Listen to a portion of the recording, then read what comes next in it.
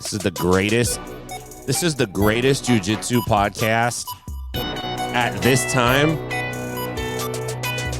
in this price range. You know,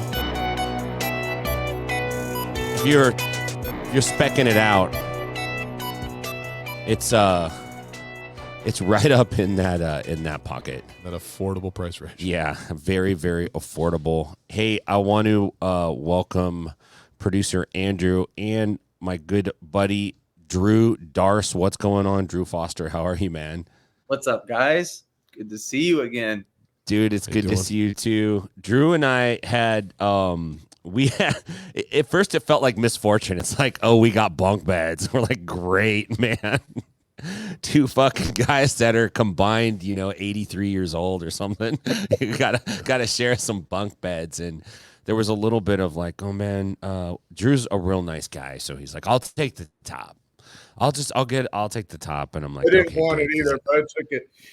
I know he didn't want it, man. And I got on the bottom bunk and I was like, oh no, dude, I can't have a fucking ceiling 3 feet above my head. That sketched me out. You didn't pull your typical black belt card? No, I couldn't do it at all. I had to get out. I was like, dude, you can have the bottom. I don't want the bottom. So we switched, but it was just as challenging fucking having to rappel over the side of that thing every morning, Yeah. But that was a fun time, man. It actually turned out to be a really good time and got to know Drew pretty well and felt really happy about the decision to bunk upstairs there, man. So it's good to see you, Drew. Yeah, good to see you too. We had the best room in the house for sure. Oh, yeah, everybody was trying to come up there. Young Jake Watson kept coming up the stairs. What are you guys doing up here?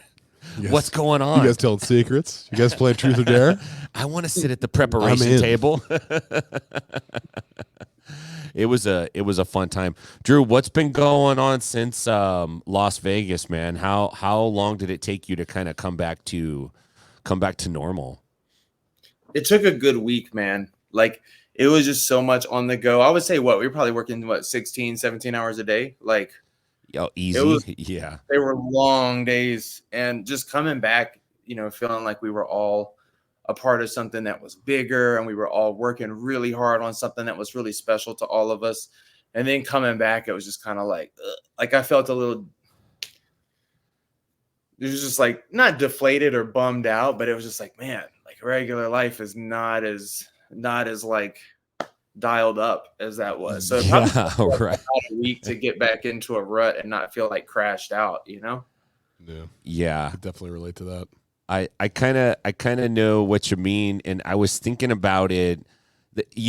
There's like no odder feeling than going home from the airport in Las Vegas, because it's like you're either going home really happy or you're going home probably pretty empty feeling, Yeah.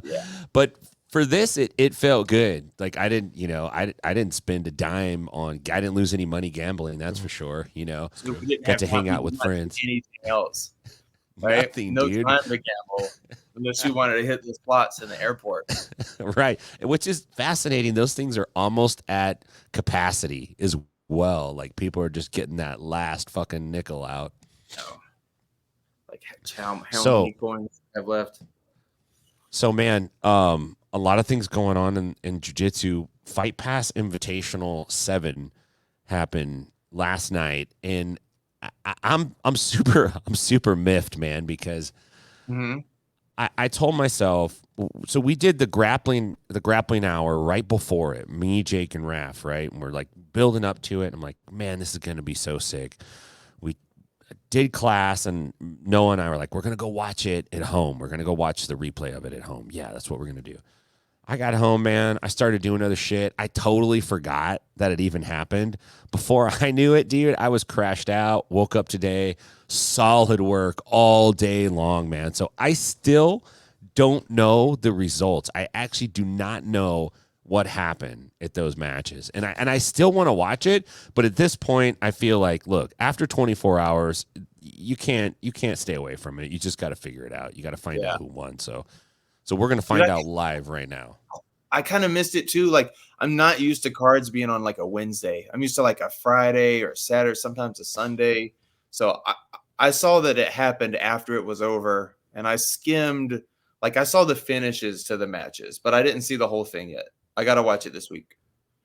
Yeah, I really wanted to watch it too because it seemed like a really good card. Let's run through it though, man. Andrew, you skimmed it, right? You had the chance to check it out. I caught the ups and downs, yeah. Nice. But Okay. I have the results pulled up for us. Anybody watching? Oh, here we go. Let's talk about it. Helena Cravar defeats Orieli Laverne via unanimous. Okay. I mean that's a good showing for Helena. Like, obviously she probably wants to get the tap, you know, but she got to like literally strut her stuff on the UFC Fight Pass, right? I mean, that's a pretty big goal, don't you think, in terms of like a grappler wanting to get out there? That's got to be a big deal. For sure. From what I saw in that match too, like, again, just skimming it, but it looked like Helena was, I don't want to say she was in trouble. She definitely was not in trouble from what I saw, but it looked like there was like some fun offensive exchanges, like especially in the leg lock area. So I want to go back and watch those. It looked like they were kind of exchanging back and forth. It seemed like it was probably an exciting match. It seems like she doesn't get challenged as often as you'd think she would. Like, I see a lot of matches with her where she doesn't seem to have a hard time at all. No, when she was at the Fight to Win that we were recently at, I think her victory, her belt winner, was 20 or 30 seconds. Yeah, if I remember correctly. It was insane. Yeah, that's wild. Oliver Taza defeats Pedro Rocha via points. Yeah, from what I saw on that one, there was it seemed fairly static. I didn't see. It's ridiculous. I mean, I saw probably like 90 seconds of it. You know, 10, Dude, that's 15. enough, man. That's all you need. That's 1 minute out of 5, you know. But I like Taza. I heard he got invited to ADCC too, which I think is super earned, man. That guy competes a lot, and he's right at the top. So I'm happy for him. I agree with you on that. Let's circle back to Taza and the ADCC invite. I don't want to forget about that. But also, I saw a big thing right before you turned the podcast on regarding what Craig is doing. Yeah, right. So yeah, I want to come back to that. I'll make a note. Yeah, let's go. Peter Frank submits Rafael Domingos by arm lock at 3 minutes 45 of regulation round. You know, Rafael Domingos is a very dynamic, like, grappler. He does a lot of wild shit. He's kind of like Renato Canuto a little bit, like very, like unpredictable. You know, so it's kind of surprising to hear that he got tapped with an arm lock. I'd only seen him once before in like a highlight before I saw the highlight for this, so I'm not too familiar with him. He used to do a lot of the old EBIs, man. I want to say he definitely made the finals against Gary Tonin at one of the EBIs, and then he did a lot of the Shugio matches. He had some fun matches out there. You mentioned Canuto. I actually think they used to train together. There used to be like some dope highlights on Instagram of them like rolling together in the gym that were pretty sick. Oh, interesting. Raquel Canuto, speaking of Canuto, defeats Eslin O'Connell via points. I didn't see any of that one. Oh, wow. But that's really cool. Hanadas Gracie defeats Jay Rodriguez by points. That's saw some of that one. How big is there a size differential in that match? It didn't seem that noticeable to me. Like, maybe Gracie was a little bigger, but maybe like a little more stout, but Rodriguez seemed like taller. So I don't know. They seem pretty similarly weighed to me when I was watching it, but 185, both of them. How did that match play out? Like, obviously it was a points win, but what did you see?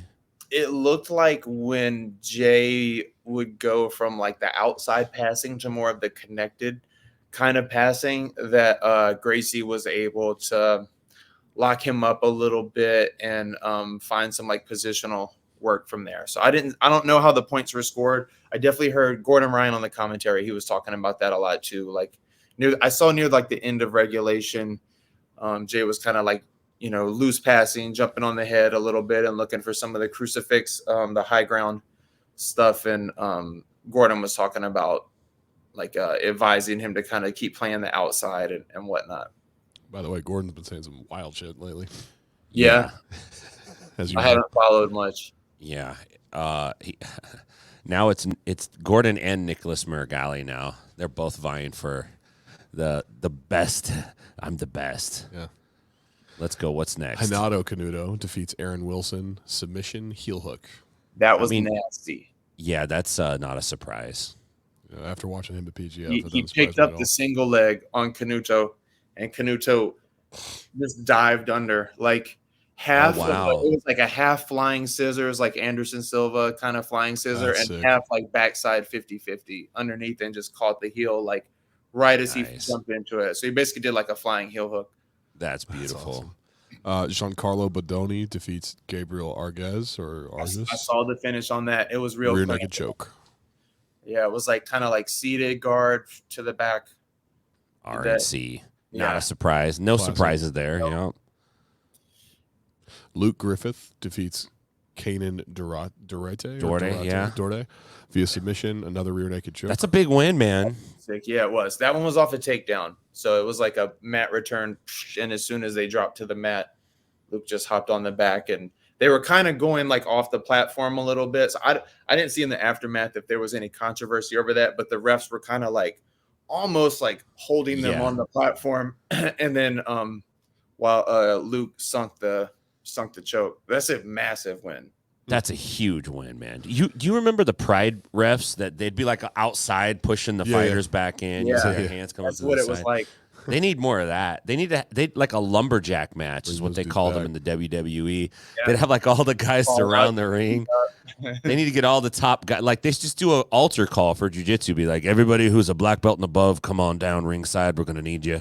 Everybody goes down there and we put our hands up so they can't go out. We got you. You know what's funny? That's typically how mosh pits work in death metal shows. It's a BJJ mosh pit. Yeah, older established death metal guys like myself that don't dick around with that anymore. We just stay on the outsides and make sure nobody behind us gets hurt. I support you. That's great. Okay. By the way, Kanan's a sick name.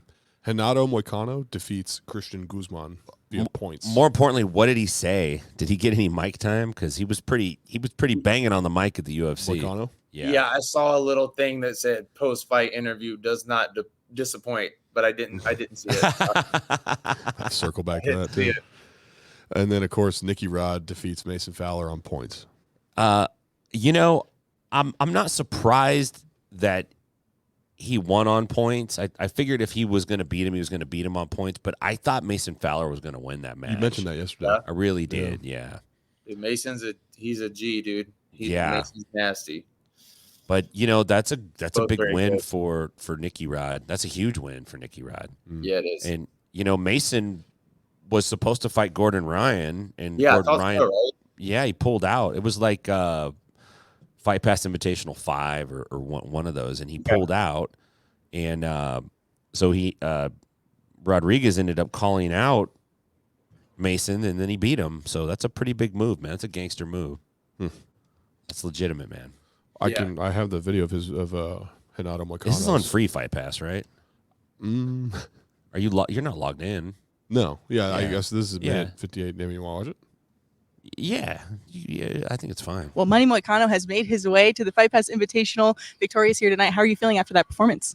Feeling great. Was not the performance that I was expecting, but Christian Guzman showed like he knew the stuff that I'm trying to do, and he's a jiu-jitsu player, have been competing for a long time, so props to him.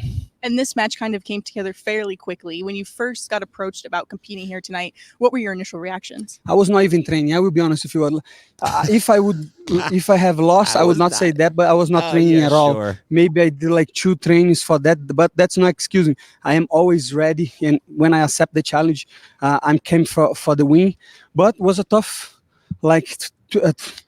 UFC offered me good money, so I could not refuse. That's the truth. So that's why I'm here. Otherwise I wouldn't be here. So I could not refuse, and I come to win. Every time that I accept a challenge, I'm here to win. So was not the best performance, but I'm happy. Manny Moicano living up to the name. When you envision this match, though, obviously it's very different than MMA. It's just grappling. What kind of preparation did you have to kind of or mindset did you have That's to kind of good. have going into tonight?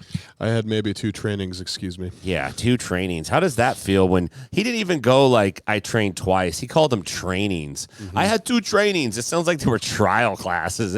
I went to 2 random trials at different gyms. I went to Rocky's jiu-jitsu, and then I went over to Moore's karate and took their ground grappling class. And then it just worked out. Fuck. And then I came and kicked this guy's ass. I didn't want to say anything, but, you know, that's how I did it, guys.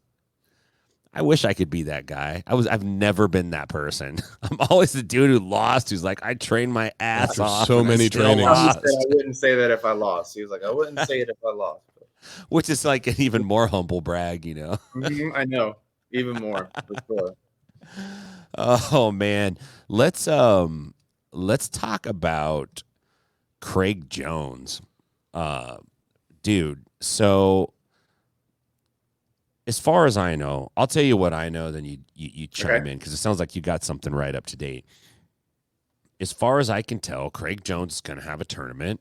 He's going to pay people $10,001 apparently to show up, and the winner's still going to get like $1 million or somewhere around there.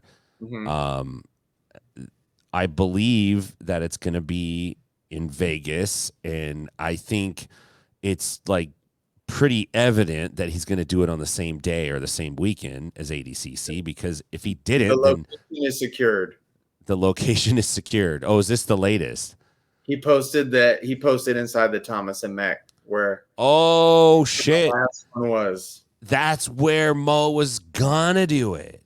Oh my Yeah, God. and he wrote something like, it's amazing how much money you can save when you don't try to get like the biggest place, and you can just focus on giving money to the athletes. And I think I heard as well that the tickets, I don't know, I heard that the tickets are going to be free. Well, listen, So are people going to leave ADCC down the street and go watch that instead? it depends, man. They're gonna try. This is what people are gonna do. They're gonna try to do both. And to be honest, I think it's the same weekend. I really do. I didn't I'm a think little- it was, but now he posted on Reddit. I think he wants to do it the same weekend, man. it's gotta be the same weekend, man. There's no other way to do it. It has to be the same weekend. That's on brand for him. And I'm pissed because I have tickets to ADCC. Me too. Really? Yeah. And it's like, how many of those are going to get put back on the market? I get that. So I'm like, fuck, man. At least I'm saying this to Craig. Look, make a way for us to exchange our tickets. Give us the option. If you're going to throw this fucking event on the same day, give us the opportunity. Dude, I've heard that they're free. So I feel like you can just go Oh my God. watch Craig's thing without, I mean, I think you could. Oh, I mean, just show obviously up. with that capacity, You just then you walk can't in. get in. But I see. don't know, but I was on. Oh, that's what I was reading on Reddit. So take it for what Man. it's worth. Well, maybe what we can do is, this is what Mo should do. He should just put a huge screen up in ADCC and just live stream BDCC and show everybody at ADCC BDCC while it happens. So you can How many watch. Fans are going to be streaming it on their phone. 'Cause Everyone it's gonna be is. on YouTube as well. So I heard it's Everyone just is. a free stream on YouTube. I wonder if they're looking for a pre-show. I know some guys that could do a pre-show. Yeah, I mean, right. if When you're do gonna get it? do it, ADCC's not gonna have us. You may as well, Craig. Drew, I'm reading one of your comments on Craig Jones's post right now. Did it say? Because I wrote the other day, I said I don't really think it's going to be the same weekend. Like I No, hadn't it's read not as that. much when I posted that, but So someone had the said, one on "Do you Instagram. have?" Yeah, someone said, Yeah, "Do you yeah, have yeah. to pay to enter ADCC? Why is it 10,001? By the way?" And Yep. you said ADCC is 10K to win, so Craig is paying $1 more than that just to have people show up to compete. That's great. That's I nuts. feel like right. It's like a little troll move, like on That's so general funny. principle, we're going to give it $1 more money to show up here than to win there. That's More how money. I took it. Yeah, I think that's right. What a wild freaking thing, man. He's a wild boy. Crazy. This is a very okay. So when Eddie was running EBI and Halleck was running Metamoris, and it was kind of like, ooh, those were like the original Monday Night Wars with WWF and the WCW, and then all that shit kind of died down. But now this is like a whole new thing, man. This is like a new era in the jiu-jitsu soap opera. This is Craig Jones and the B team against Mo Jassim, Gordon Ryan, a new wave, and evil John Danaher or something. It's just great the way that obviously I'm being dramatic, but I love the way the characters line up. It just makes it so much funner to get into now, man. Yeah, man. I didn't know that Craig had friction with them. And maybe he doesn't, but I mean, just I knew that they had issues with the pay and how it hasn't increased really, but I didn't know that it was I want to do an organization on the same weekend as your thing. Well, there's a backstory there. Between those guys, and there's a backstory behind the venues and why the venue switched, and then why the venue costs so much money now versus what it was previously. And so there were some things that changed behind the scenes, and I think it's a case of somebody going, well, we're going to continue to move in this direction, and somebody going, well, why are you going to move in that direction if it's going to cost that much money now? Why don't we move in another direction? Okay. I think it's something like that. And then Craig just decided, well, you know what? Fuck it. I'll move in that direction. Yeah. So I don't know, man.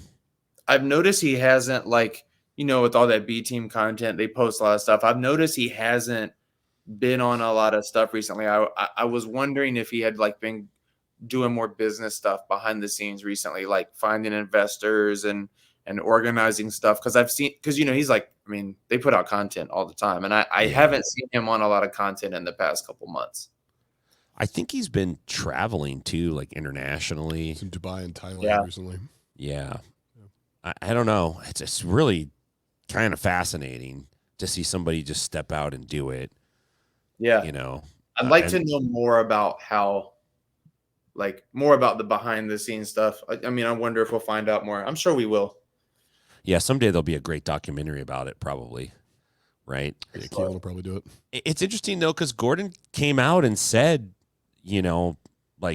Mo's done a lot of great stuff for people behind the scenes, and nobody talks about that. And Gordon alludes to Mo hooking Craig up with a house and all kinds of shit. So I don't know.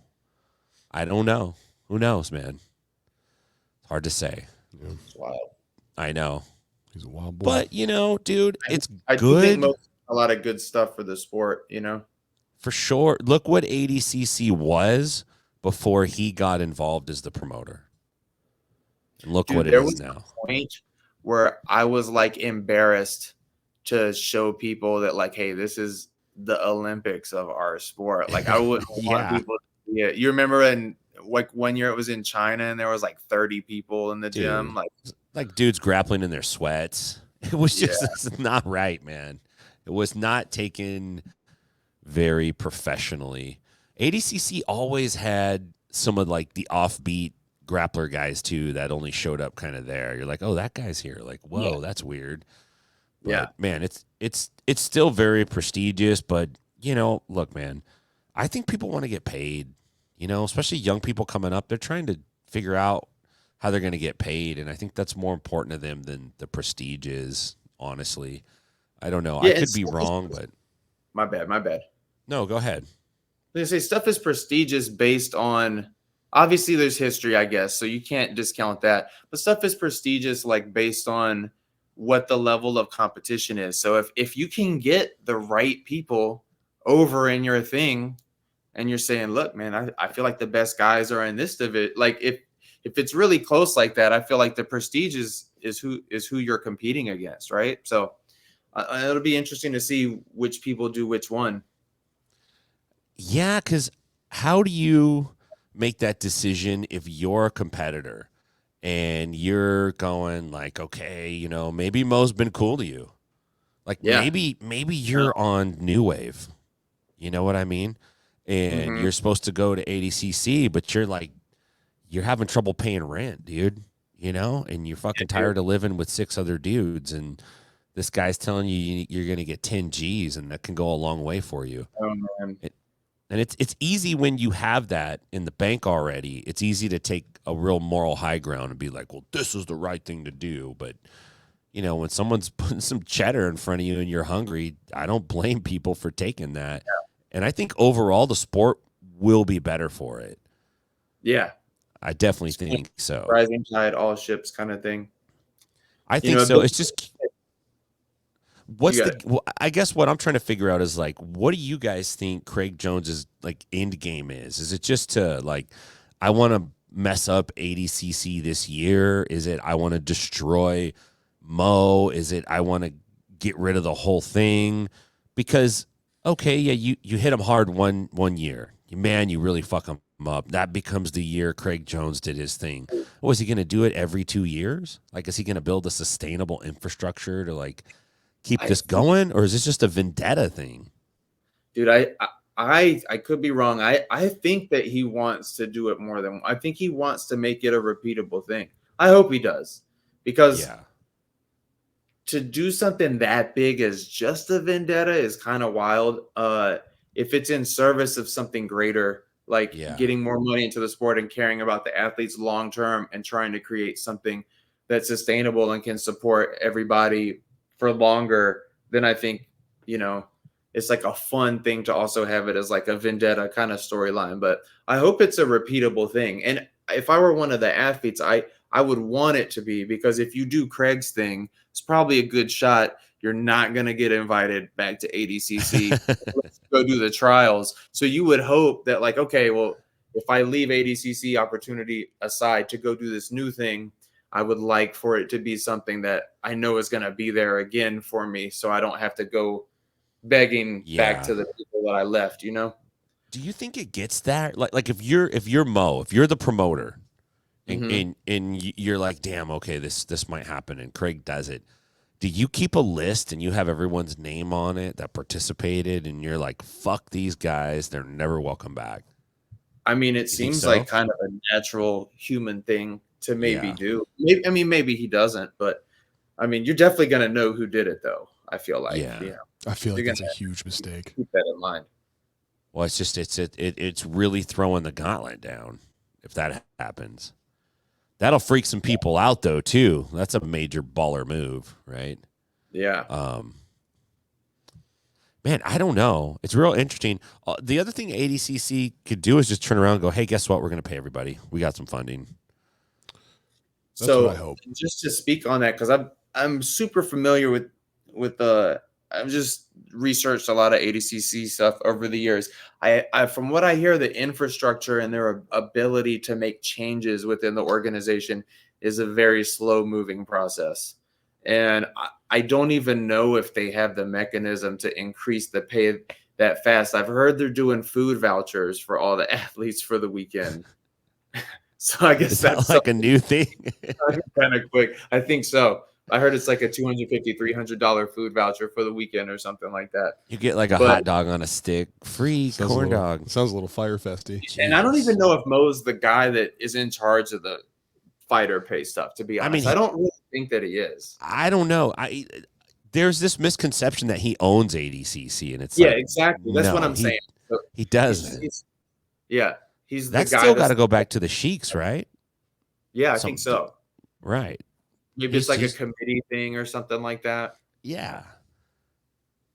They have so much money. This is just like a side thing for them. What was that, bud?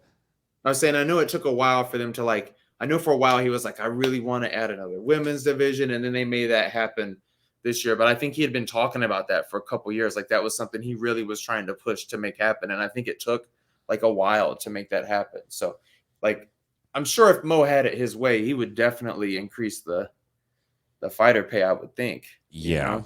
Right. Well, they kind of act like it's just totally up to him. And I don't know if it is or not, but I think the argument is it's so hard to make changes and it's so hard to get pay for these guys, but it's not hard to pay for this big arena though. Like, I see what you're saying. When the Thomas Mack is right around the corner for pennies on the dollar, and then all that money you were able to procure for the athletes, you could or for rent, for a 1 day of rent, 2 days of rent, you could put in their pockets, you know, which would be cool. Would you rather compete in a smaller venue for more money? Yes. Hell yeah. Me too. It's not about the live thing anyway. It is in the sense that people are going to see that footage of you, but it's not about the people that are in the room. It's the people that are watching at home. That's where the real market is. And that's, but let me flip that's it. Do you redoable over think, time. I'm sorry, I keep cutting you guys off. Oh, you're fine. Let me I was just saying that's redoable over time. Yeah, Yeah. that's true. But I was gonna say, let me flip it. Do you think there's an element of having something take place in the T-Mobile arena and a bigger thing that could help grow the sport, like from that aspect? Definitely, I think T-Mobile's a big deal. I do too. And from what I've heard, it's sold very well. But is it such a big deal that you're willing to ostracize potentially a large portion of the athletes that were going to compete for you? Yeah.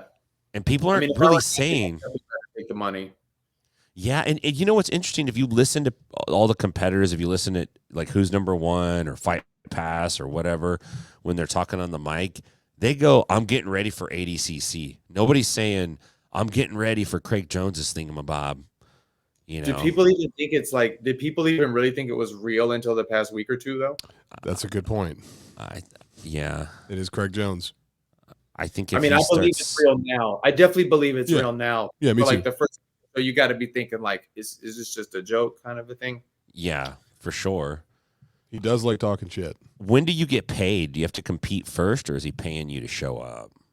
I think you're getting paid $10,000 to show up, and then there's between two divisions. I think it's plus 80 kilograms and under 80 kilograms, and I think the winner gets like about $1 million or so. So, you know, once a few of those reels hit the internet, people showing their Craig Jones checks, I think you're going to see a flock of people run to it, because that's, and they're probably going to be selective, but they probably already know. They probably already have the slots filled, I would imagine. Yeah, and to your probably got some slots filled for sure. To your question a minute ago, it's like, how good does this one turn out? Like, who knows? But if like you said, with those checks popping out, what about the next one in 2 years if he does that? Yeah. That one's going to be huge. That's why I think it's got to be a thing that's repeated and not just a one-off. I do too. But how do you get money? You know, you can get a one-time capital investment from somebody who's got money and they like you and they got everything they want and they don't have enough shit to do, so they give you some money to fuck around with. They're like, let's see what he can do. I want to be so rich I could give money to other people to fuck around with just to see what they do with it. I have half a mind to think that he was in Dubai for more than just dicking around. Potentially, right? He was in Ukraine. He's probably got some of that U.S. war money now. He's got that Raytheon back in. Picked up a bag, man. Who knows, dude? I hope he can keep it going. That's all. I hope he can do his thing and ADCC can do their thing too. Me too. That would be the best. Me too.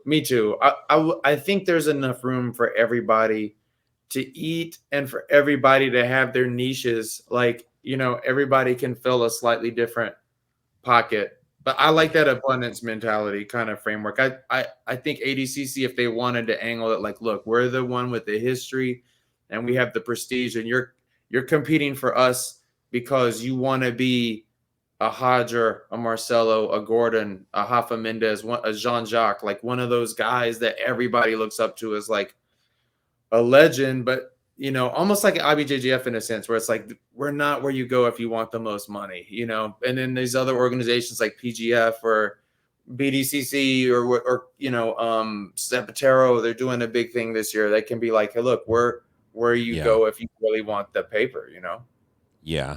Yeah. That's just thinking about it. I think it's possible that it breaks down that way, because it's not exactly MMA. Like, you're never going to have like Olympic MMA probably. It's just one of those things where you're like, I'm not wasting spare cycles on that, man. I'm trying to fight for money. Where grappling's a little different. Like you can wrestle for glory still, and like you know, you have time, and You have especially a lot longer to do it. Yeah, you do, and you That's also true, have too. a lot of wrestlers coming out of colleges who were aspiring to be in the Olympics. That's kind of like the whole freaking goal of the whole system, right? Mm-hmm. And then they jump into competitive submission wrestling, and immediately they're like, "Okay, where's my Olympics at?" And that's what ADCC represents for them. Exactly. But I wonder, does that change once the expectations are, after a while of these pro events, it's like, okay, we can make money doing this now. Do we still want to do it for the glory? You know, Yeah. I don't know. We'll find out, dude. It seems like we're finding out. The professional scene is having paydays in a short amount of time that I was not expecting to see for a lot longer. Yeah, me neither. One thing I'm kind of thinking is that I've been rolling around my head with the Craig Jones thing is like, if he does that once a year or once every, it would have to be once a year, maybe once every 2, 10 grand just to show up with the chance of winning. Like you're already getting 10 grand. If that's the case, that funds a good chunk of your year that you could dedicate to paying bills while you're working or competing otherwise. Yeah, it For definitely sure. helps for sure. So perfect world. I mean, if you get 10 grand to show up, even if you lose day one, like Yeah, it's not bad. you could still fund You just 4 or 6 months of training to go to ADCC. Then how do you stop guys who are injured from not telling you they're injured because they want to get that money and they just go take an L the first round? You just don't invite them back, I guess. I didn't think about that. You have that whole process. That's a whole. What he's doing is, sorry, it's cool, but it's a lot to manage. There's a lot of things that you have to take care of that are way outside the scope of jiu-jitsu lifestyle stuff, you know. Yeah. But if he can pull it off, it'll be rad. Yeah, I didn't think about that at all, actually. That's a good point. But, I mean, people fight in the UFC all the time for, I mean, granted, it's not a ton of money to just show up in the UFC either. But they also fight hurt. They had done, DJ Dillashaw fought, and he was broken, man. Michael Bisping. Same thing. Fought with one eye. And barely an arm for a couple of them. Yeah. That just makes me feel like a piece of crap. That a guy could go in there and fight with one eye and one arm and do reasonably well. At that level, yeah. I'm just wild garbage, man. I'm going to put myself... I used to say I'm going to put my belt in the garbage can. I'm going to put myself in the garbage can. I could do that. Head first. I'll do that. Oh, man. Okay, Craig Jones, best of luck to you. I really hope it works. And best of luck to you too, man. I want to see everybody win. Yeah, me too. I agree. I think the worst thing that could happen is that ADCC and whoever it is, and I'm not saying it's Mo at all by any means, but just whoever is making decisions over there reacts negatively to the knock on the chin that Craig's giving him as far as just the joke goes and reacts poorly to the athletes. That's the worst thing that can happen, I think. Sure. I think so. I think, like you guys said, there's room for everybody. I think, jokes aside, jokes included, whatever, it's all great. I think it'd be tough, too, to be an athlete and, like, have to make that decision, you know? Oh, God. Terrible. It sucks. Yeah. Yeah. But, you know, yeah. I was going to, speaking of jokes, interesting segue, but I'll tell you why. Hoist Gracie was on Joe Rogan's podcast, and he was really funny and lighthearted in like a different kind of Hoist. And most of the time when the Gracies are interviewed, they're very almost austere and they're stoic. Yeah, very stoic. Yeah. He was not that way at all, man. He was laughing and told a lot of funny stories and was very open. And you could kind of tell, like, this is a guy who's like really enjoying his legendary status now, you know, like damn, relaxing into it. Yeah, it must be nice, man. But pretty amazing martial artist, and just unlikely person in the family to be the guy that they put out there. But now when you see it, you can't really imagine it any other way. He seems like he was perfect for the role. Yeah. That's what makes it cool, is that he wasn't the guy that you would expect. Yeah, because he was kind of a guy, when you saw him, you thought, I bet I could beat that guy up. Like, I have a chance against that guy. No way. I thought he was doing tricks. I thought he had a rope. This, I thought he had a rope or something. And I'm like, this fucking dude. I hated jiu-jitsu when I saw it. I hated it. To be honest, I thought it looked super boring. Yes, it was very anticlimactic. I'm like, where's the finishes? Like, what's going on? I wanted to see pile driver. Yes, I want to see a camel clutch or something big, man. It's like I thought I got gypped because I saw Ken Shamrock on Pro Wrestling first. Yeah, I was like, oh, World's Most Dangerous Man. I'm gonna go watch his old UFC. And when he didn't win the first one, I was like, what is I thought this was the guy. Yeah. I thought He Ken didn't even do a Shamrock. special. Yeah. That exactly. When I saw Ken Shamrock, it was like, oh, he's the wrestler. This is the guy. He's gonna murder everybody. And when he didn't, it just made me think there's a trick. These guys are tricking everybody. And then they all went in the ring, and all the family was in there. And I'm like, this is a scam, man. Like, what the hell, you know? But I just didn't know, man. Cool shit. Did it I love in that a gi, your too. first thought is that they've all got ropes in their gis. Yeah. I'm like, how else are they choking everybody? They got ropes in there, man. I mean, it kind of is though. Kind Yeah, of. it is. It's true. I mean, Listen, man. The other night, on Thursday night, one of my students was like, man, I never rolled with you in a gi. We should put gis on sometime. And I'm like, well, I have gis right here. Like, we put the gi on tonight and do it. Mistake. He's like, yeah, let's do it. And it was so much fun to put the gi on. I haven't put the gi on in probably 8 or 9 months. It's been a while since we did it. It's been a minute, and it was so easy to choke these guys. It was just, I forgot how easy it is. To it, you can definitely break them off pretty good if they aren't used to it. Oh yeah, yeah. The gi just fucks them all up because it's like quicksand, and they're not used to it. They're not used to the passing, the timing, the sweeps. Every time they put the chin up, you're like, I got you again, fucker. You had about 3 boys rolling with you, and every time I was mid-roll with somebody else, no gi, I was looking over, because I've rolled with you in a gi before, I was looking over just saluting their suicide mission.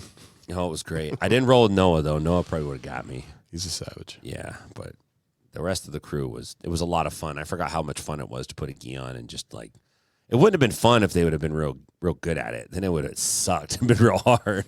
Yeah. But because they're not, it was kind of nice. Yeah. So it was cool to see Hoist on there.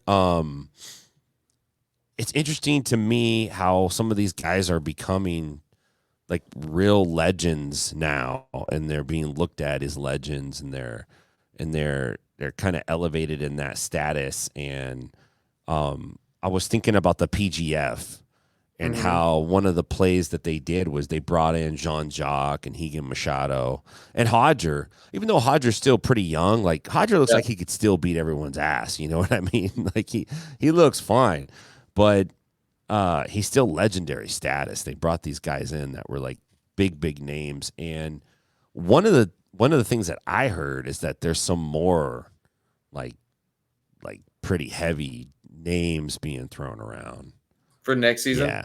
Yeah. Interesting. Pretty cool stuff. Yeah. What'd you hear? I Come on. I can't exactly say what it was I heard, but the names are pretty. Brandon told me to test you. That was a test. Yeah, they're pretty. Yeah. The problem is Drew probably knows.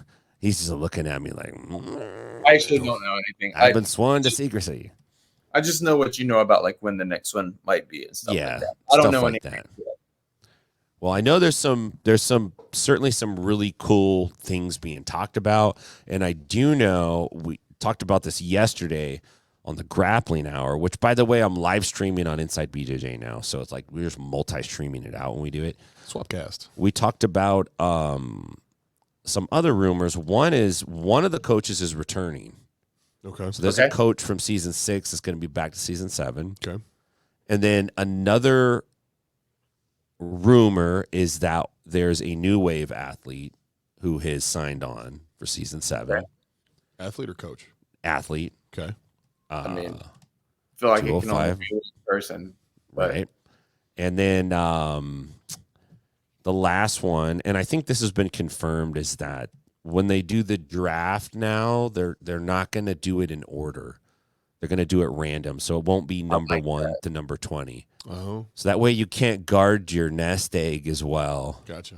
kind of like forces you to be more That makes sense. strategic. Yeah, so that's kind of cool. The other thing that Keelan mentioned is that they're going to put a warning track around the mat now.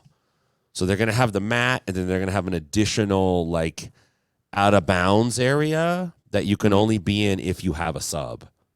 Oh, cool. And if you have a sub, it's still live. But if you don't have a sub and you stay there too long, you're going to get called for stalling. Is there going to be a warning track on the couches? Yeah, that's it. No, once you pass the warning track, it's couch land.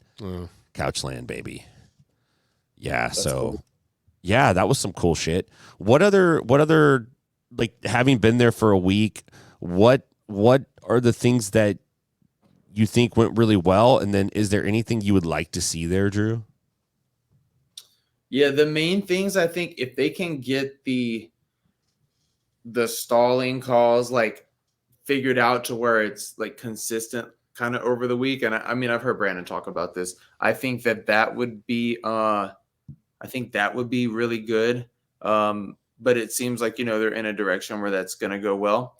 I think like from the production quality of it, like watching it, I think it would be cool if there was some kind of rule where like, hey, if you're watching this thing and you're in the front row, like you can't be on a cell phone kind of a thing. Because when you're watching and this like supposedly like badass action taking place and stuff, and there's like people up front like on the cell phone, it just, I don't know. I mean, but you do see that at like every event. I guess these days people are just on their cell phones all the time.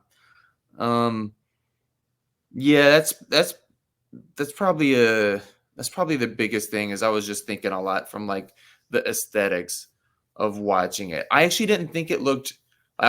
When I saw the original artwork for like the concept design, was worried that it might come across looking kind of like Squid Games-ish a little bit. Me too. It didn't really seem that way watching it. And I asked some people that watched it what they thought of it, and they said that they didn't really get that vibe from it too much either. So, yeah. Yeah, I was worried about that. Like, this is going to be like a John Wick movie set kind of feel or something, but what I wanted. That's what you wanted. Yeah, that was exactly what we needed.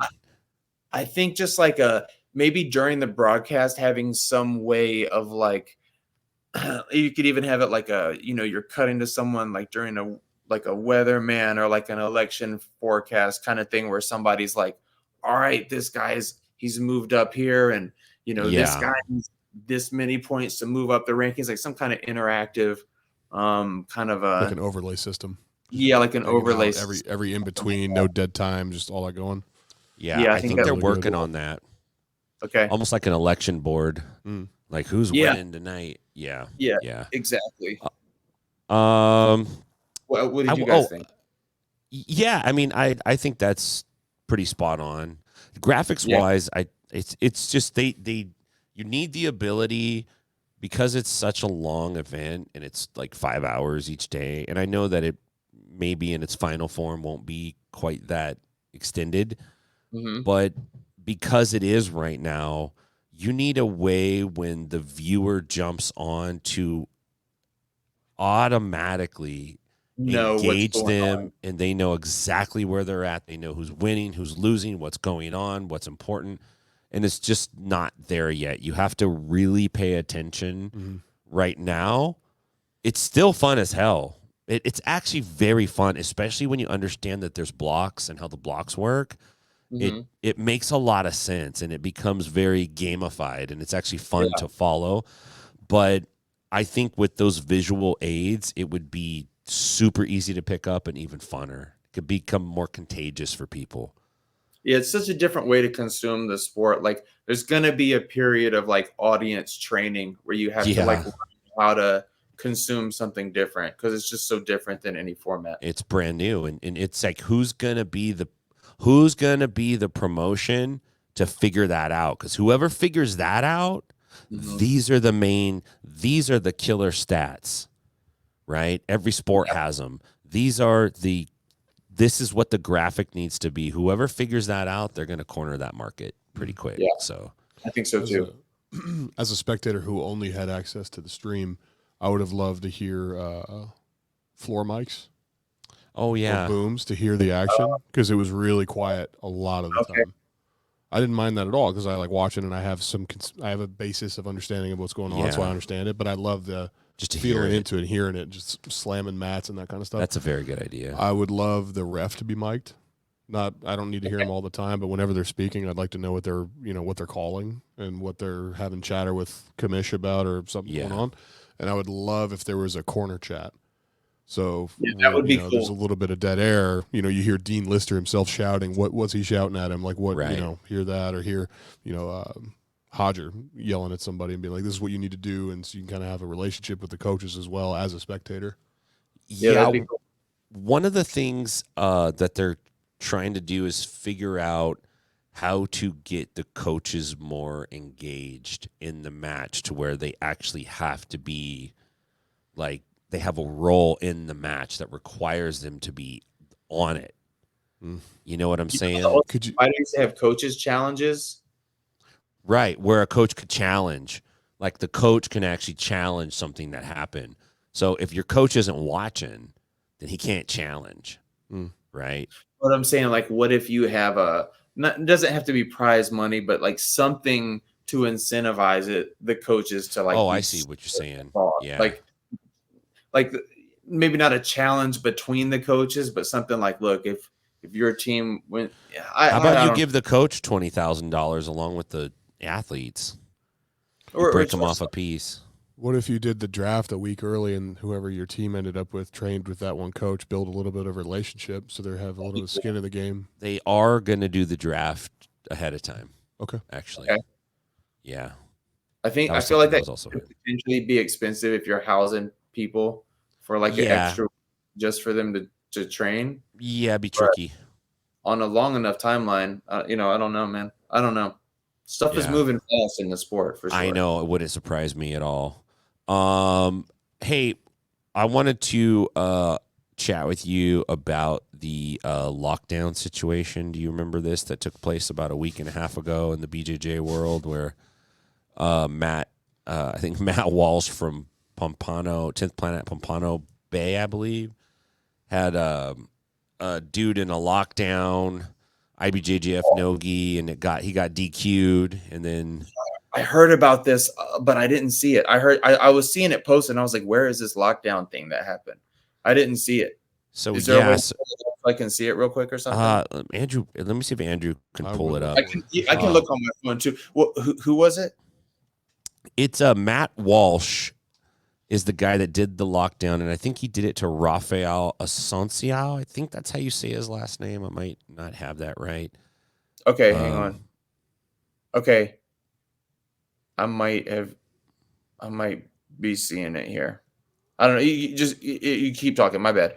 Yeah, no problem. And so basically what happened is Matt put him in the lockdown. The ref, I think, interpreted it as a reap. I'm watching it now. This is it. Okay, ref interpreted it as a reap. And then Matt got DQ'd. And then we got to bring it up. How can we get that to? Hey, there you go. I'm on it right now. Okay. Oh, you're pulling it up. Cool. You want me to pull this away? You got it? Yeah, he's going to pull it up. I'm pulling it up right now. Here we go. I'm dealing with a little lag. Here we go. Got an article. Hopefully, he got spit at. Yeah, he got spit on, man. I will say, like, the worst knee injury I've ever had was somebody's lockdown. For sure, but you give up the sweep. Yeah, I agree. And it's legal, right? Yeah. Well, it's supposed to be legal.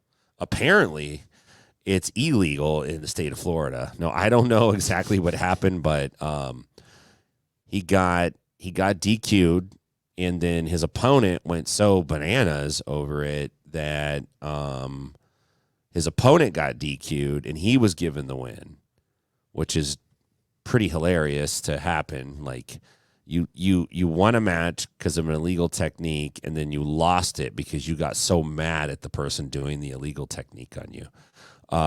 And I don't really think lockdown's an illegal technique, to be honest with you, but You know, obviously on that day at that time on those mats with that ref, they thought it was.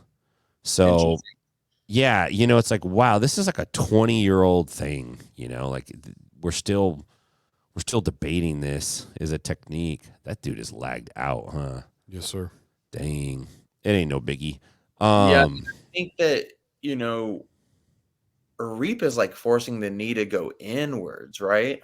I don't really feel like the lockdown forces the knee to go in. It just binds it up super tight. I think they're trying to say, like, if you get the lockdown and you extend your partner's heel to the outside, it somehow forces the knee in, almost like a bizarro reap. Coyote guard forces the knee in Same if you want to frame it that way. Right. Yeah. So does De La Hiva. If you put enough pressure on that coil, you'll push the knee in as well. But nobody wants to talk about that. No, you know, so anyway, Matt Walsh hits me up and he's like, hey man, I don't listen to any podcasts at all. And I got a bunch of people wanting me to do podcasts. And I'm like, what do I do? And we have a mutual friend named Mike. And I'm actually very good friends with Mike's brother, Dave. Dave runs Food Origins podcast. You got to check that out. It's freaking really dope, actually. Really proud of that guy. He's got a really cool thing going. It's called Food Origins. I'm gonna subscribe to it. Yeah, hit him up. So Mike tells Matt Walsh, "Oh, you got to go on Inside BJJ." Mm-hmm. So Matt calls me, and I'm like, "Matt, I know Matt. Like, hey, Matt, you know we've bumped into each other at HQ several times and chatted. And Matt used to be out in the Bay Area, so we're talking, and I'm like, hey, okay, well, we could do it. We usually do it on Thursday nights or Friday nights. Blah blah blah." You know, do you have a laptop? He's like, my laptop's like 10 years old. And I'm like, well, like we could test it. And he's like, you know what, man? I hate technology. I've never been to Nashville. Why don't I just come up to Nashville? I'm just going to come up. And I'm like, yeah, for sure you can come up. We could do the podcast here, you know, like great. And then he goes, and then on Saturday, I'm just going to do a free lockdown seminar at your school. And I'm like, fuck yeah, you are. Now we're cooking. Like that's can't wait. Awesome. Yeah, I can't wait. That's going to be great. And he's teaching, he's putting out an instructional on BJJ Fanatics. So look for that. He's filming it, I guess, right now, but said it's going to be fresh. Is there a spit pass? A spit pass. Is that where you spit on somebody? Yeah. Yeah, maybe, perhaps. Highly controversial technique. Apparently. But I got to thinking this, Drew, and I wanted to ask you this. I know it's getting a little long here, but I wanted to ask you this. Dude, I'm good. You made you made your first. Was that your first instructional that you came out with? And what's the name of it?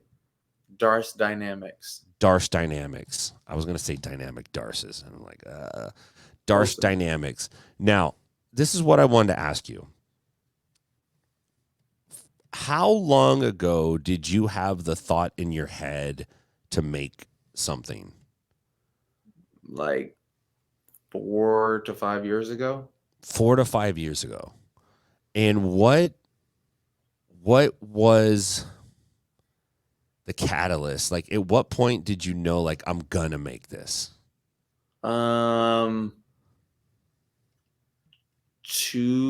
years ago, 2.5 years ago. I was far enough away from the desk job I quit to try to make a living off jiu-jitsu, but also far enough away from opening my own gym. And I was just like, man, I've got to do something to get my name out there more and just try to get some income coming in. And I just decided to pull the trigger on it then.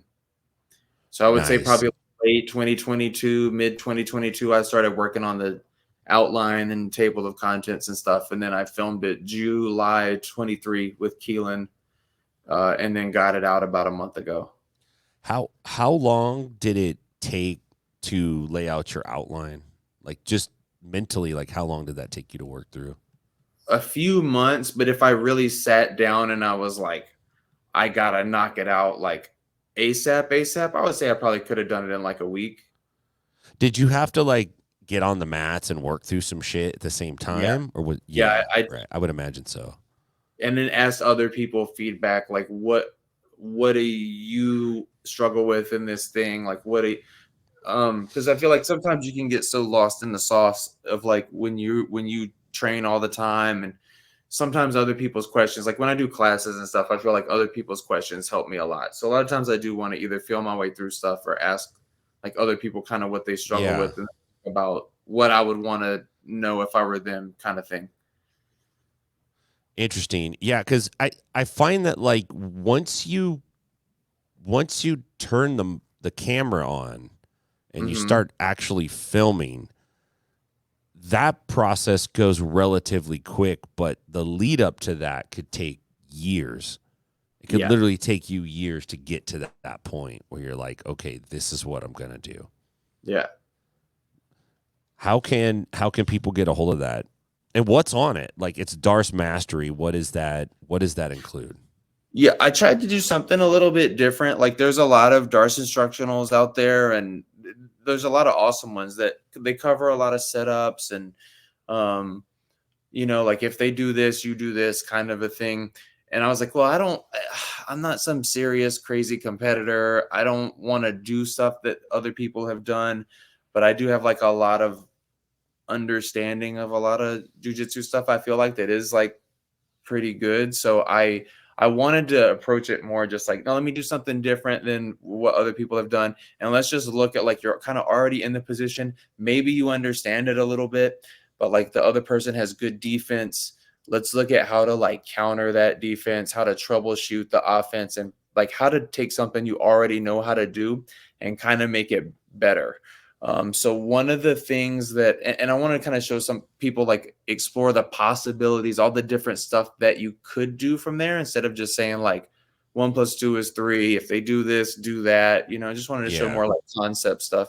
I did get some feedback afterwards that a couple people thought it jumped into the deep end like kind of quick. So I refilmed like 10, 15 minutes and I kind of added it at the end. And I'm like, look, this is like a crash course. If you don't really know what this is or you're super unfamiliar with it, here's like a 10-minute kind of crash course that you can look at first that kind of defines some terms and stuff that's going to be talked about in the instructional. And then you can go back and kind of go through the deep end on it a little bit.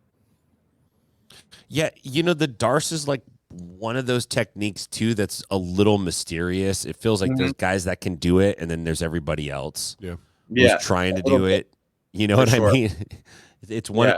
I find a lot of the squeezing. I don't know how to articulate this, but the squeezing style finishes, like straight ankle locks, are kind of like that. Guillotines can be that way, where you kind of have to know it a little bit before you can know it a lot. Yeah, it's just that thing that it's kind of tool you have trouble with for a while until you figure it out. It seems like. Yeah, there's like all these invisible pressures with things that you can't really see on video either. Like you really have to kind of feel it, as with a lot of jiu-jitsu, right? Like some stuff doesn't translate to video and stuff as easy as other stuff. How do you articulate that? Like those are the concepts that are so hard to get across. I don't know. I've definitely been doing a lot of the coaching where it's more like I've been doing more like the constraints and the ecological kind of stuff where I'll start people in positions. Like I've been doing stuff with our gym. We're doing front headlock stuff this month, and I'll put people like in a fully locked anaconda or a Darce or something, and I'll say like, all right, don't finish your partner, but see if you can hang on to the grip just hard enough to hold them while they try to move around and escape and stuff. And if they escape, you reset and go again. And then I'll do it like, all right, now try to compress and make the shoulder touch the neck on one side and try to get a tap. So I try to put them in positions where they can get a lot of reps on just feeling that out. Because I feel like you can't really shortcut that process by just saying, do it like this. And they're like, oh, okay, why didn't you say so earlier? I feel like that doesn't work as much. No, even though the material originally was kind of presented that way, like if you do it exactly like I say, you'll have the same results. And then you learn real quick, like, oh no, this is a tool that I have to learn how to use this tool. And 100%. It'll be similar to the way you use the tool, but it won't be the same. And that's okay. You know, I think that's such a big improvement in grappling now, is that mindset from the coaches.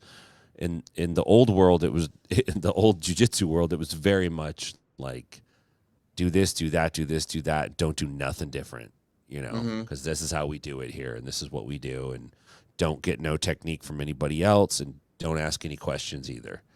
Which is such an odd way to learn. Like, no wonder why it take 12 years to get a black belt, dude. You're confused the first 10 fucking years, man. You're like, you don't even know exactly what you're doing.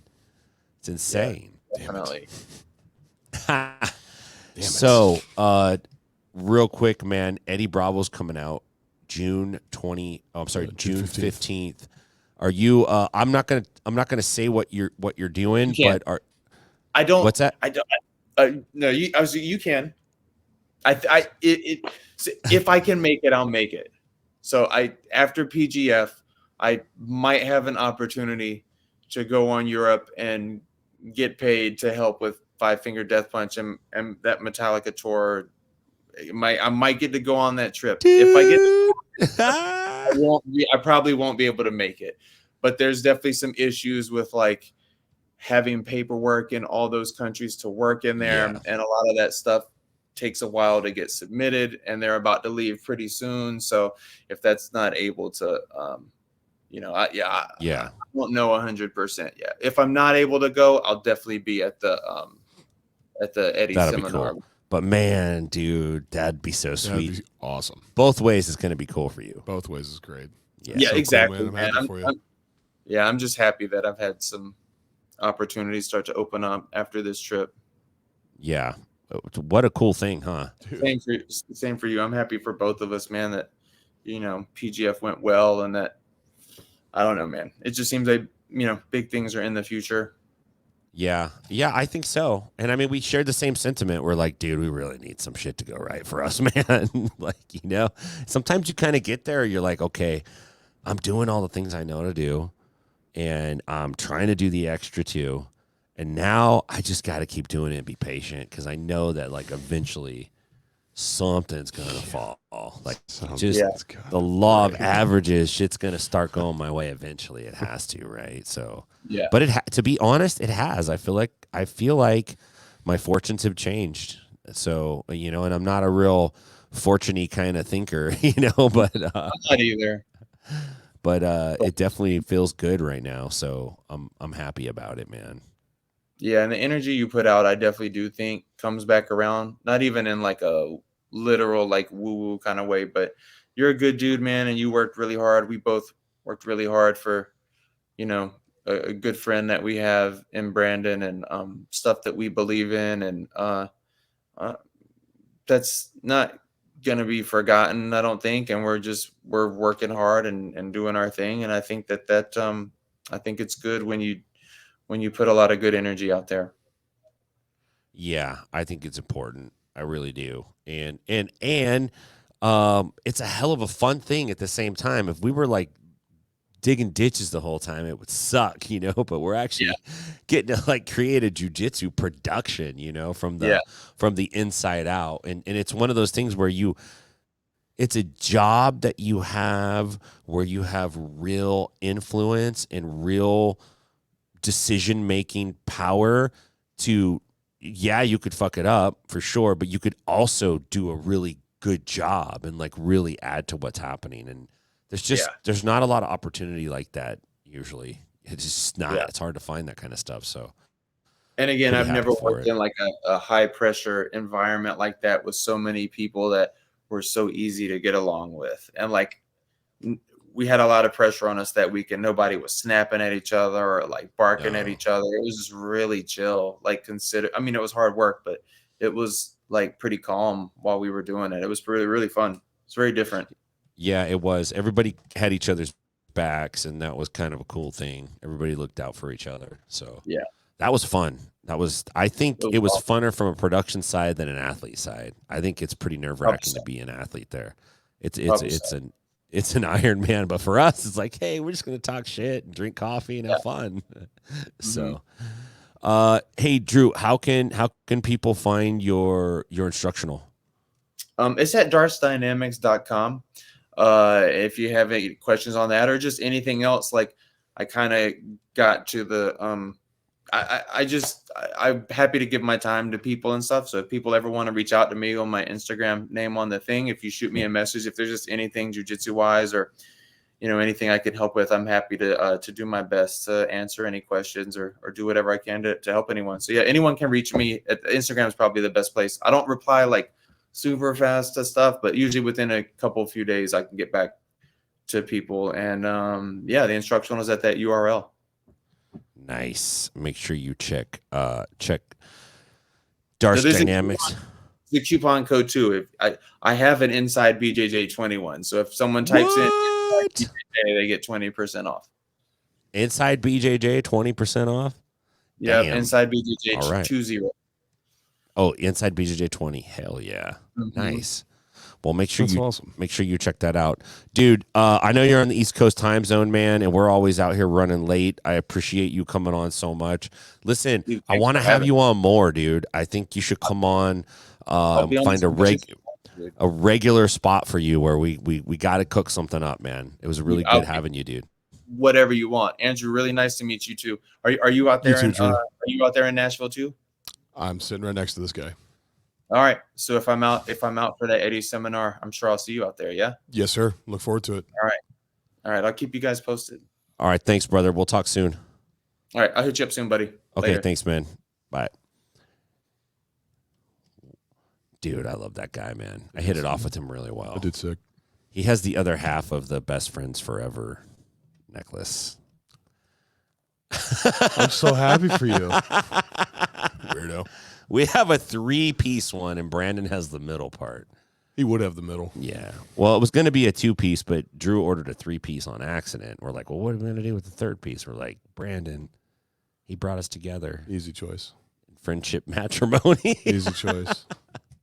You better be careful, though, Drew. If he gets his paperwork and shit sorted, he's going to be giving that piece to Zoltan. Dude, I know, man. Hey, he's going to Europe with his new friends. He's going to Europe with, and I don't blame him. Keelan and that'd be so sick. A bunch of rock stars. No, dude, that's so cool. It's real life changing stuff for people. It's pretty cool, man. One trip, cool. You guys work your dicks off, and it's all like, oh, we can do this, we can do this, we can do that. It's so cool to see. It's pretty wild. It's inspiring. So, dude, it is, man. Just keep banging. Sir, bang a lot. Well, it's point and proof that, like, if you work your dick off, good things come. Yeah. Good things actually happen if you put in the effort. It's nice. It's nice to be reassured of that. Yeah, it is. And sometimes it takes a really long time. Yeah. And there's no guarantee that things will work. No, there's not. But there is a guarantee that if you don't do anything, that definitely won't work. So, that's true too. And sometimes what I'm noticing is it doesn't happen the way you necessarily planned it or thought it was going to happen. Correct. Or with the people you thought it was going to happen with. Correct. That's also something that's like, okay. But, I'm doing everything, man. When I moved to Nashville, I just said, like, I'm just saying yes, dude, and I'm going. I was just whatever happens is happening. I was just telling one of the boys here, I have access to your calendar, and you are doing quite a bit. Yeah, I'm doing it all. Like a busy beaver. Yeah. Yep. I like it. That's how we keep moving, man. That's how we got to do it. So if you're listening, make sure you check out Eddie Bravo. He's going to be out here on June 15th. There's still space available. It's $150 for non-10th Planet members, $125 if you train at 10th Planet, and I am verifying. So if you drop me $125 on Venmo, I'm double checking that shit, and I will collect that additional $50 if you lied. Tell me who your daddy is and where he trains. That's right, exactly. Thank you. June 8th, I'm going to be out in Stockton. So if you're out in the Central Valley in Northern California, come out to Stockton, hit me up. Yeah, you're having a cheeky little potluck out there, right? Yeah, we're gonna have promo day. We're gonna have some promotions, have a little potluck, and hang out with the crew. I'm looking forward to seeing everyone out that way, man. It's gonna be a good time. So, Mikey Boy's coming out in July. Mike's coming out in July. Look for the pre-show potentially coming up on some of your favorite grappling promotions. I'm just gonna say that there's a lot of things in the works right now. Hell yeah. Nothing that I can officially announce, but there's a lot of things in the works. So looking forward to it. So it's trying to I'm just doing everything, dog. Tim's going to be sitting right next to Rogan, UFC 302. 2 weeks from now. I doubt that, but dream big, dog. Yeah. 2 bald guys. We can't have 2 bald guys. Well, they have Cormier. Yeah. I guess so. I think Anik and Rogan and Cormier have the corner on that market right there, man. They have the Cormier on that market? They have the Cormier on the market. Okay, so, that's enough for me, man. Yeah, you're yawning. Sorry. Yeah, dude. Long day, but, dude, I wanted to get back. Sorry we didn't have Max Hansen. He had some personal things go on. He couldn't make it. Real quick, before we jump off, I wanted to share a couple things here. Oh, sorry. You know how do you have a haiku or something? I got what? Another La Croix? I'm having trouble in the bathrooms here. I'm basically going to war with these fuckers in the building. Did they write again? They tore the sign down. Cocksucker. And I saw it, and I put it back up. They tore it and left it? They didn't even trash it? The motherfuckers left it. Okay. So this is what the sign says. This is a handwritten sign by yours truly. Clean up after yourself, idiot. Paper goes in the toilet, garbage, not on the floor. Questions, come see me. 10th Planet Jiu-Jitsu, Unit 235. And then about 8 months later, somebody wrote, this bathroom stinks. And then I just replied, bitch. With an arrow. Drew an arrow. Just everyone knew who I was calling the bitch to. Because the guy at the jiu-jitsu school that's bitching about the fact that the communal bathroom is trashed all the time and nobody knows how to I'm the only one that's cleaning it. Yeah. So they're implying that you're in charge of the stink. Yeah. I'm like, dude, I'm just like an extra help. So, yeah, that was annoying, but I put that thing up real quick. Yeah, no one's getting over on me in that bathroom. And then, so, what, today somebody tore it down? Like yesterday. And I put it back up. Yeah. Can you put a camera in the bathroom without being a creep? Secondly, no. No? Inside BJJ, this is me and Max Hamilton. And I said, Big Doug, at about 9:44, I'll shoot you the link soon. He said, hey, something personal came up. I won't be able to make the podcast. And my response, what was my response say? You are dead to me. You are dead to me, Max Hansen. And I just want to put that out there.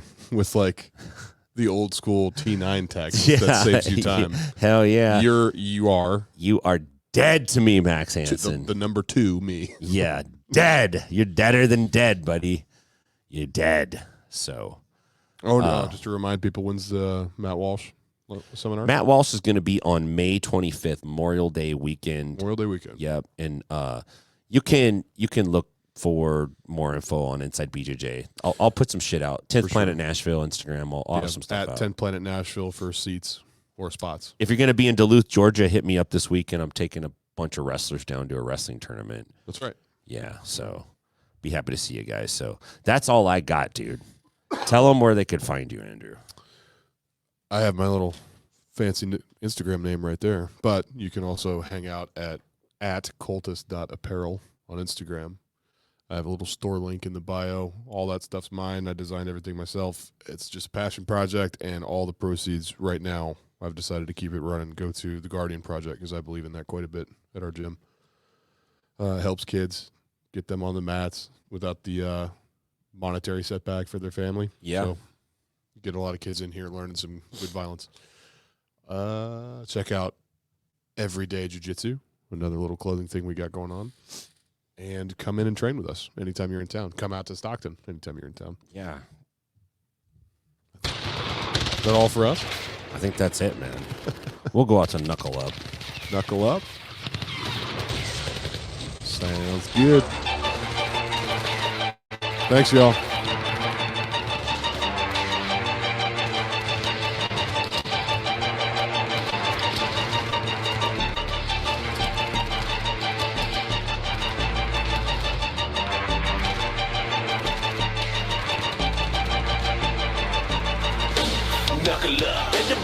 When I chuck him up, hitting like a boulder from the shoulder, raise up rough and tough. Bare knuckle brawler, delivering kicks like Van Damme. Ducking under your hooks, chin checking like Batman. Gang bang, slang bang, see who's the hardest. You scared, go to church and disregard this. I'm Mr. Rob Low, ishing out bumps and bruises. Black eyes, broke noses, cuts, contusions, concussions, comas. Softies can't see me, killing them all toe to toe like